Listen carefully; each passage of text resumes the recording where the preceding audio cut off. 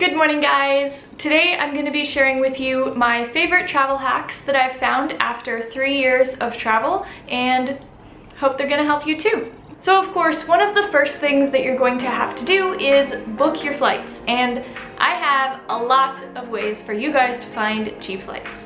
One of the first things is to be aware of which airports are cheap or expensive to fly in and out of. In general, the bigger the airport is, the cheaper it's going to be to fly in and out of it. So for example, let's say you live in Philadelphia and you want to travel to Santorini, Greece. So you look it up. $3,100?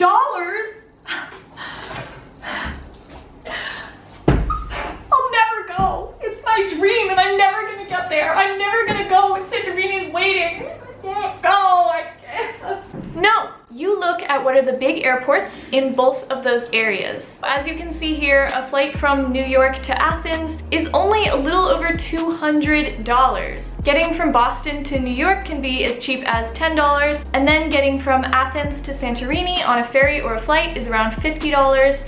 So you'll probably end up spending around $300 on this ticket, which is a lot better than spending over $3,000. You should always open incognito mode on your browser when you start looking for flights. These websites can actually figure out where you want to go based on your search history and consequentially start pushing up the prices. It also matters what day of the week and even what time of day you book your flights. A lot of airlines push up the prices of their flights over the weekends, and I don't mean flying on the weekend, I mean if you're buying the flight on the weekend. And also some airlines push up the prices during the evening hours when people are likely to be off work. And the cheapest days to fly are on Tuesdays and Wednesdays.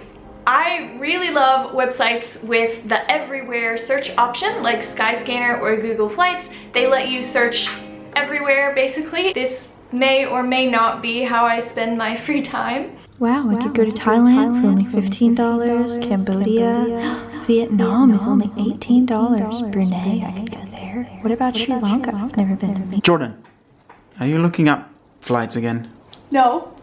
What is that? Okay, so let's say I found my flight and now it's time to book it. Livia, look, I found this flight for only $50. Okay. We should definitely get this one. Get it. Get it. Okay, it's almost sold out. Get it. Oh my gosh, I left my credit card at home. Don't you have the details somewhere? Yeah, in this encrypted folder. Get it. Oh my gosh, I haven't used it in so long, I forget the password, I don't know it. Fine, I'll just get it on mine, hold on. Okay. What's the airline? Yeah. Log into your account. What's the password? Don't you remember the password? Okay, well... It's on my email. Do you have it with saved? all my other passwords. Okay, so log in. Livia, What's my email password? Are you... Livia! I'm under pressure. This actually happened. But thankfully, not anymore, ever since I started using this pretty cool app called Dashlane. Once you sign up, it effortlessly works on all of your devices using autofill so that you never need to worry about passwords, logins, or signups ever again.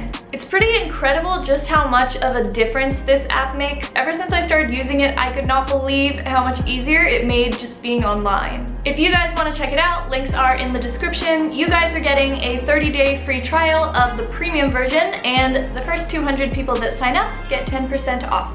Okay, now here are some tips about flying or things to do before you fly. One of my favorites that I never really hear people talk about is reserving an onward flight. So in a lot of these countries that you're going to, they're gonna want proof that you have an onward ticket leaving the country, but for a lot of us travelers, we don't know when that might be, or maybe we'll end up wanting to stay longer, who knows what will happen, so it's just not ideal. A lot of times I end up using this website where you can basically reserve a legitimate real ticket for $12, and you can show that to the immigration or airline officials as proof that you have an onward ticket. It's definitely way cheaper and more flexible than buying a flight for a date that you might not actually want to fly out of. And the one that I use is called Best Onward Ticket. Okay, this one is about packing, but I cannot recommend enough using packing cubes and also rolling your clothes, because this is going to save you a lot of space. In with your clothes, you should pack an empty cloth bag and put a bar of soap inside of it.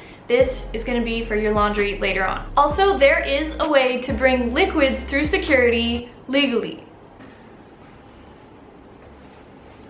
Stop right there. Code Aqua Gate 3. I repeat, Code Aqua Gate 3. What is this? What's going on? Is this liquid? Is this liquid? It's frozen! Oh, it's frozen. I'm so sorry. Enjoy your flight, madam. You are allowed to bring liquids past security as long as it is completely frozen. If you are 2 people traveling together, then you can reserve the aisle seat and the window seat and hope that no one's gonna want the middle seat, in which case you would get a row all to yourself.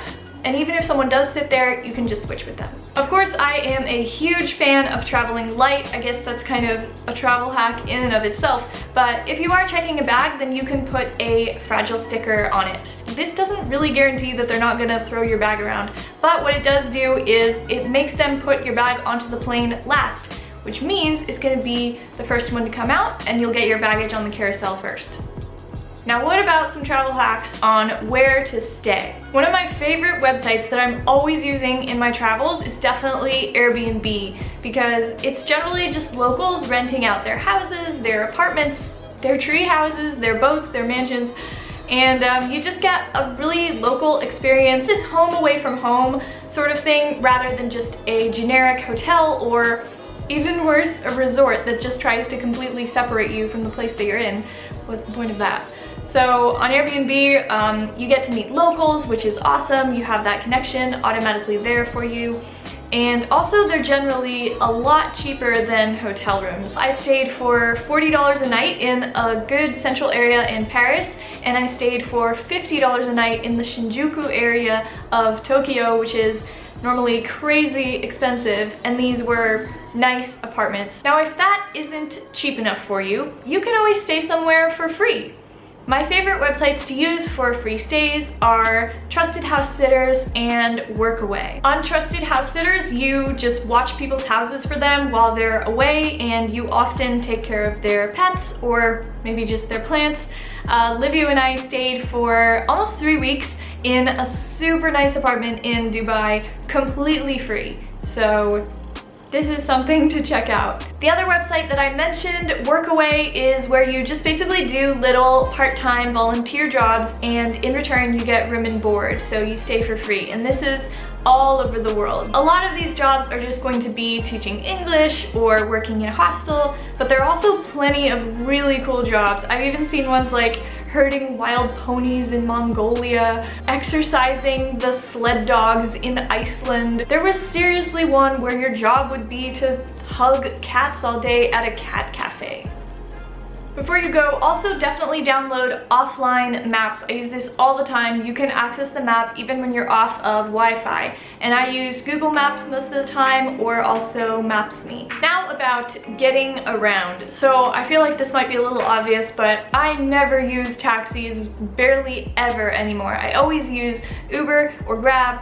They're just better in every way. But also, I recommend that you try out the public transportation system before you start taking cars, because that's gonna be a lot more expensive, and maybe you'll try it out and find that you don't mind taking the metro or the bus. In some other countries, they're way nicer than others, so who knows, you might not be expecting much, and then you get on the metro and it's just so amazing and high-tech.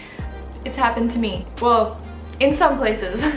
Not everywhere. If you're traveling between cities, then a website I really love is called BlaBlaCar. Users post rides that they're gonna do, so maybe they're driving from Rome to Milan, and they put the ride on the website and other people can pay to join in. Basically, you're just all helping to share gas. It's so much cheaper than trains and all that, and also you get to meet some locals. Once you're there, just keep in mind that you don't have to go and do all of the touristy stuff.